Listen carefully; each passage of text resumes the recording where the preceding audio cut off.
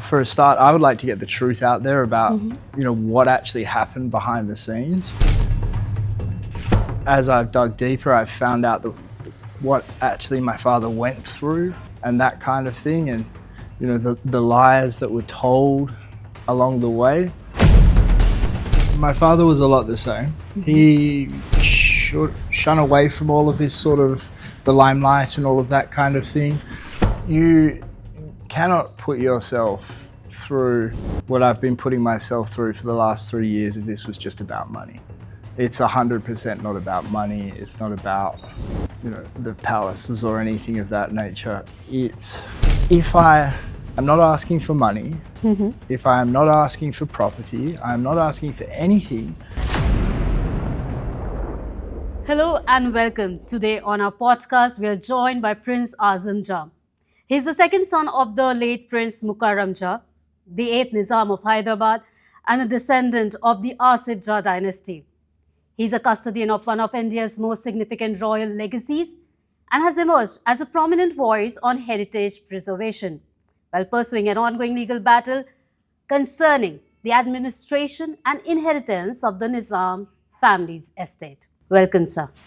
Thank you. Thank you for having me. So you're a prince, but you often say that you don't consider yourself to be a prince. So who is Azam Jah when the cameras go off or away from public attention? Look, I think I'm very similar to my father. My father was a lot the same. He shun away from all of this sort of the limelight and all of that kind of thing. Very simple guy behind the scenes. Used to love being in the country, used to love peace and quiet, all of that sort of thing. I mean, you're far more likely to find me at 8 o'clock in the morning walking down on the beach or, doing things like that. I'm a very sort of easygoing person, I guess you'd say. Don't get me wrong, I like all the fun and niceties of life, but I don't know. It's sort of, I'm a very relaxed sort of person. Yeah. So you carry one of India's most storied family names. Is it always a privilege, or do you think it also comes with burden? I really don't think in those sort of terms. I've been very lucky throughout my life. I haven't really sort of cared too much about other people's opinion of me personally. I try and lead a life that is good and try and be a good person, and that's sort of my caring. I definitely don't at all consider being from the Nizam's family and having the last Nizam of Hyderabad as my father. That's not a burden at all in any way, shape or form. I'm very, very proud of it. It's amazing, quite frankly, for me to be able to recount some of the stories that Dad told me and have these amazing memories of my childhood in Hyderabad and all of that kind of thing. That's 100% not a burden to me. Any specific memory that you would like to share? Time spent with your father or in palaces, anything specific, any place that still feels like home? The place that still very 100% still feels like home is Chiran Palace, which is now in the middle of what is a park. But that was home to me. I had the childhood I had there was, again, 100% not a burden. It was such an amazing childhood. I look back at some of the memories that I have from back, especially when I was very young, just absolutely brilliant. I have a great love of horses to this day, and the first horse that I ever had was in Chiran. It was quite a naughty little thing, I think, from memory. But it's the ability to be a 6 or 7-year-old child running around in the grounds of Purani Haveli or running around in Chalmela. Dad used to love Chalmela. I remember being out there quite a lot, especially on Friday. He would always go to Friday prayers at Mecca Masjid, and we would be in the Chalmela on a Friday, I would say almost every week. And just, you don't really think these things are abnormal. when you're living it, because that was all I knew. It wasn't until sort of like my early 20s that I sit back and think to myself, oh my God, that was so out of anything that is completely normal. It was, Absolutely. yeah, it was just brilliant. And look, even when my father started coming back sort of around that 2008 to 2012 period, even some of the memories I have with him there, just, brilliant. How would you, sir, describe the legacy of Nizams, not as royalty, but as contributors to the growth and identity of Hyderabad? I think even to this day, a huge part of Hyderabad's identity is its past. It's the legacy of the Nizams. You look at how proud everybody is of things like Osmania University, all of the other wonderful contributions that were there. I mean, I'm led to believe, just through the stories that I've been told, back in Osman Ali Khan's time, Yes. it was just a staggeringly beautiful place. He built gardens, the railway system, all of this kind of stuff. It was just, I think the legacy stands today. The culture, the history, it's all dates back through those old Nizam times, doesn't it? Do royal families still have a meaningful role to play in modern India? Did the abolition of privy purses mark the end of royalty? I think royal families still have a great part to play. If you look at, I mean, the one that certainly springs to mind is the Royal House of Jaipur. They're doing a fantastic job of keeping the traditions alive, keeping the culture alive. The younger generation has passed over now, and they're doing a fantastic job in things like social media and portraying all of that kind of thing. They're very, very well respected, and I count myself blessed to call Her Highness Jaipur a friend to this day. I think they've done a brilliant job. So yeah, if it's handled correctly, I think that it can play a big role. The Nizams were once regarded as the wealthiest rulers in the world. So, growing up in that family, what were the stories you heard of that era of extraordinary wealth? And or were they more about responsibilities? Well, there's plenty of fantastic stories about say, Osman. Ali Khan, some of them are true. I think some of them are fabricated. My father told me some great stories about going into his the locked room in King Koti that he had and seeing what was there. But What was there?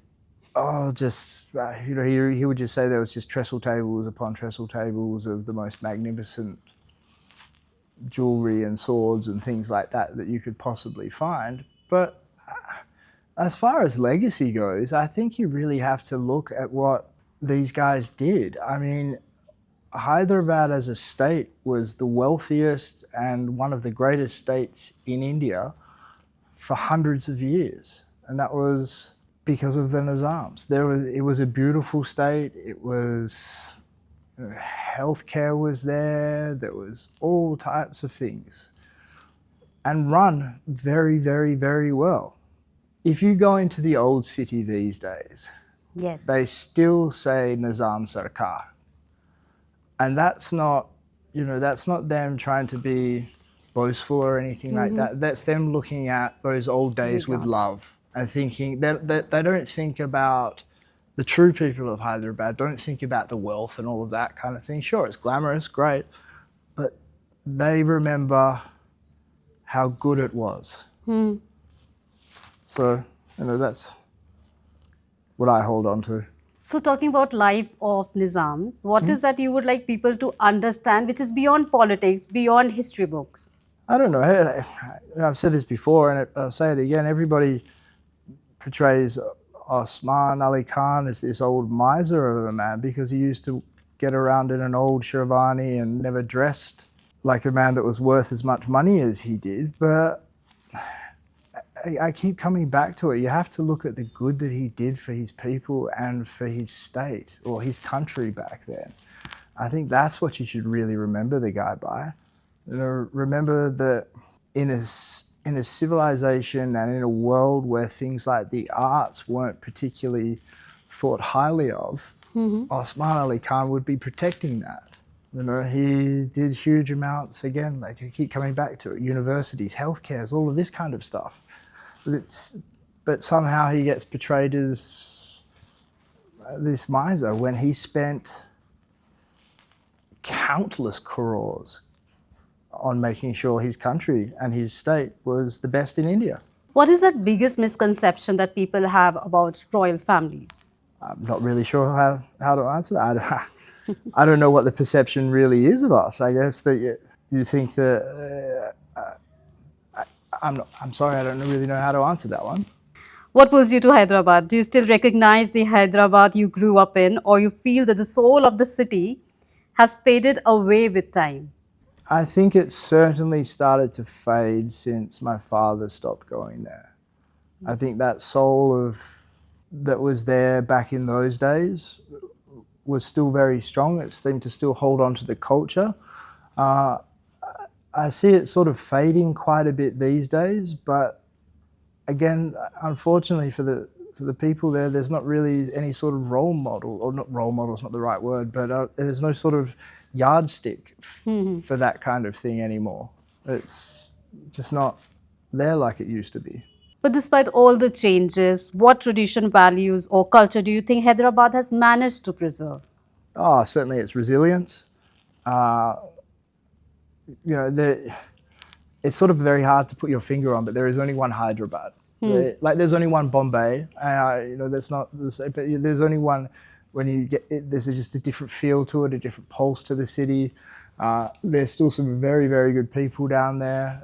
I still, to this day, I love driving around in the old city and all of that kind of thing. It can be quite a beautiful place when it wants to be. Okay. Everyone knows Hyderabadi biryani, but if someone really wanted to experience authentic Royal Hyderabadi cuisine, what dishes would you like to recommend them? I'm going to have to stick with biryani.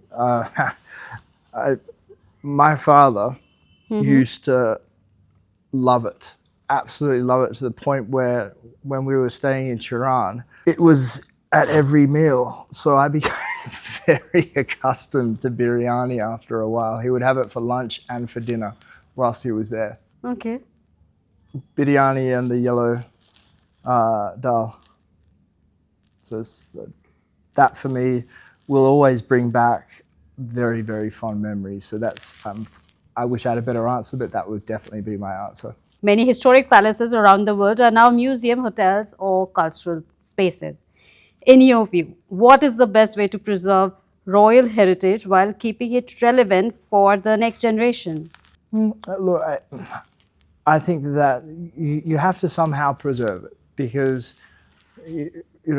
as you rightly pointed out, in 1973 or 73, whatever it was, Prime Minister Gandhi took away the privy purses. Now, you have to try and, out of your own back pocket, maintain these whopping great expansive palaces. It becomes a very, very expensive exercise. So you're sort of stuck with either a couple of different options. I think the hotel and the museums and all of this kind of thing, they make it a great fit for it.